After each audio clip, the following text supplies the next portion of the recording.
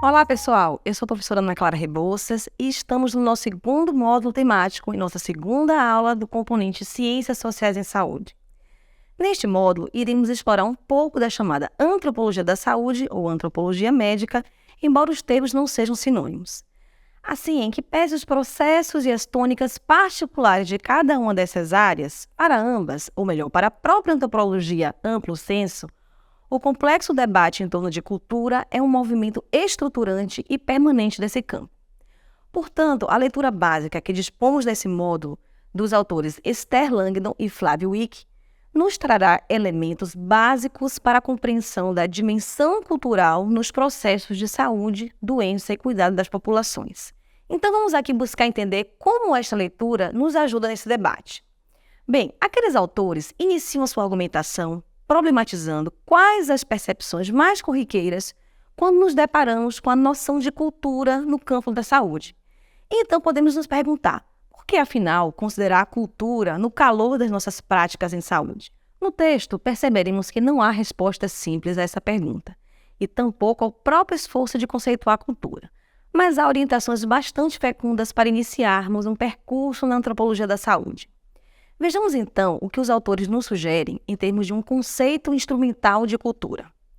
Nesta seção do texto, Langdon e Wieck propõe que cultura pode ser definida como um conjunto de elementos que mediam e qualificam qualquer atividade física ou mental que não seja determinada pela biologia e que seja compartilhada por diferentes membros de um grupo social. Antes de avançarmos, lembro que esta pode ser uma da definição entre muitas, e que em ciências sociais e humanas nem sempre encontramos consenso em torno de conceitos e definições, como, por exemplo, na referida forma de compreender a biologia como uma dimensão dicotomizada da própria cultura. Mas esse é um debate hipercomplexo que não conseguiremos saturar aqui.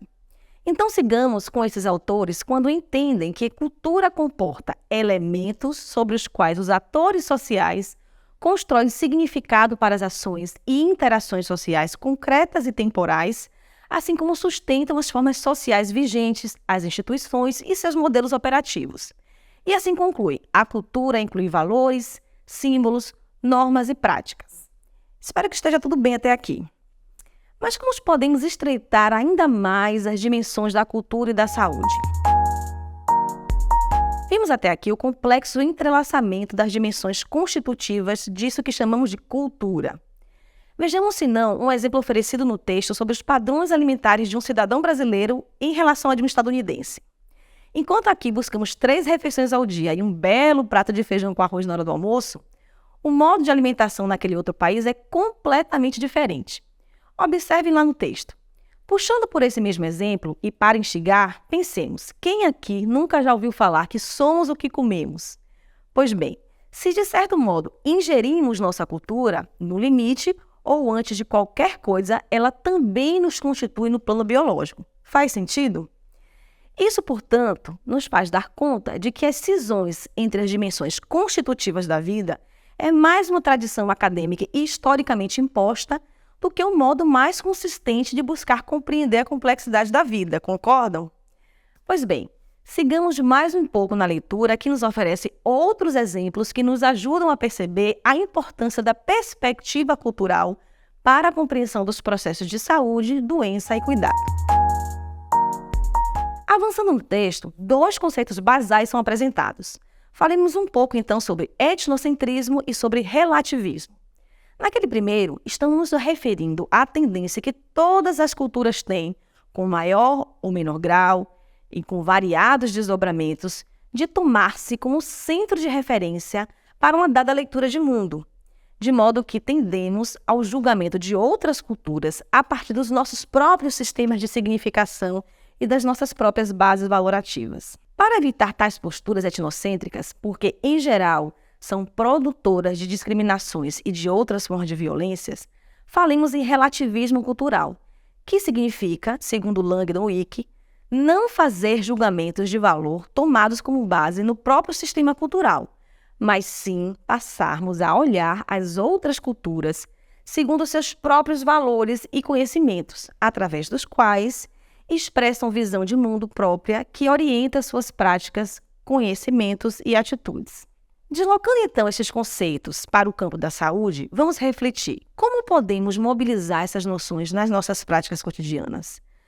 Afinal, este é um dos propósitos desse debate. Como podemos tornar os serviços de saúde mais respeitosamente atentos à diversidade cultural dos grupos, ou trocando em miúdos, como torná-los mais sensíveis culturalmente?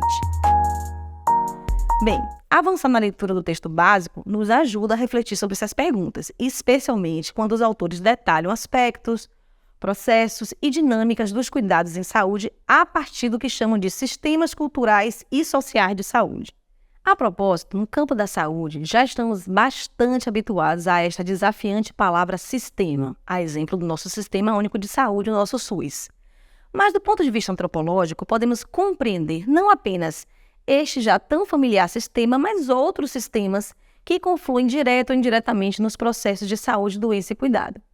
Vamos então aproveitar da leitura básica para aprofundar estas e outras noções valiosas da antropologia da saúde e como este campo de estudos pode contribuir para o aprimoramento das nossas práticas.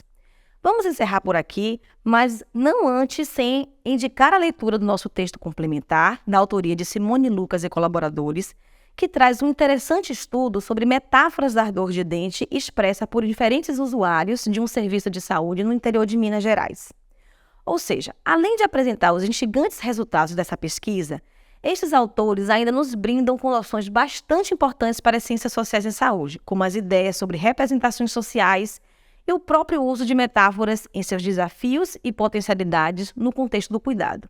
Curiosos e curiosas para essa instigante discussão? Espero que sim. Fiquemos por aqui e encontro vocês nos nossos fóruns de compartilhamento de impressões, experiências e de aprendizado mútuos, pois crescemos juntos nos debates. Leiam os textos, participem bastante e até a próxima!